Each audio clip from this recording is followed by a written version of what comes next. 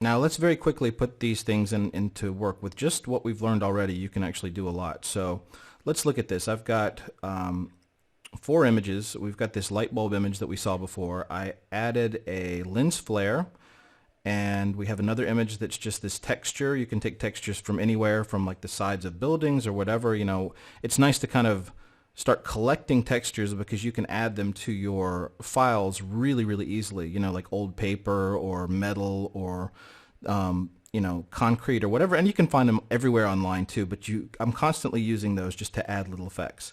And now the final one is this cool little swervy thing. These are all just stock photos from various places that, you know, once you work as a graphic designer, you just get memberships at different places. I think this is Dollar Photo Club that I use a lot. And then there's freeimages.com or .org. But anyway, there's just do a Google search for free stock images that have no attribution. Okay, that's important. Okay, now let's say, for example, I want to take this image of the lens flare and only have the white parts go on top. I want to have it look like it's coming from this light. Let me click on this guy. And how do we do that? If you can remember, think for 1 second, how would you make just the white parts of this image go through? All right, if you said the screen mode in the blending modes, you would be absolutely correct.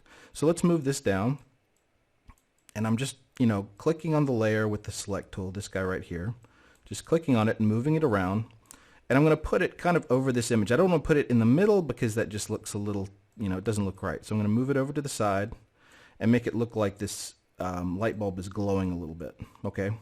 Now the problem we run into is now that I've moved this layer, you see this line, and it means that there was just a little bit of white information here at the edge. So there's a couple of ways we can change this, but the way that we've already learned how to do it is to go down to our layer mask, click that, when this is selected, click on our layer mask, okay, and then we're going to click the brush tool, which we're going to talk about later. And you can change the brush. I'm going to tell you real quick. We'll learn about this all later. Don't worry about it. But in order to change the size of your brush, you want to click curly brackets right or curly brackets left, and that will change the size. You can also change how hard or soft the brush is up here. Okay, this is a palette, but we're going to get to all that later. This is just to give you a demonstration of the layer mask. So we're going to go over here. And don't worry about that. We're going to just color this part in with black.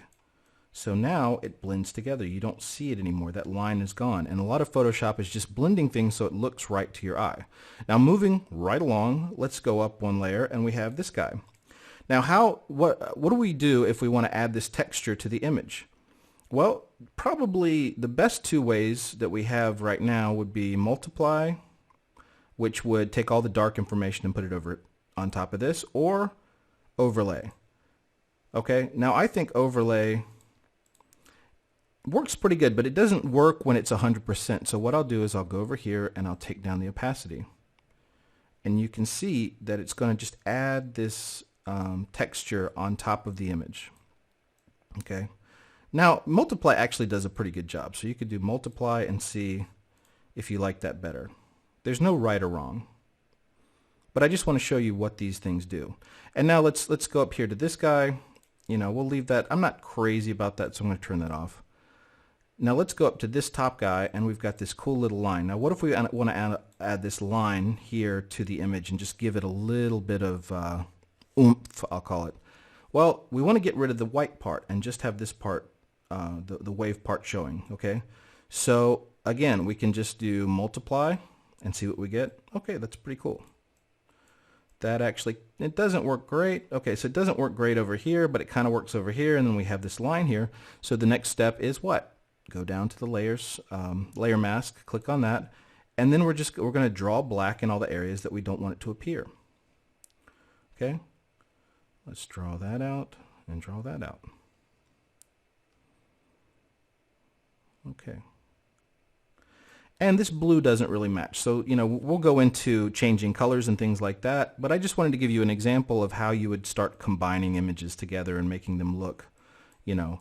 I do this. This is one of the most important things that I do with Photoshop, is just to start combining layers and making them all flow and kind of work together. And as you can see now, okay, all of these elements are coming together. You've got this lens flare.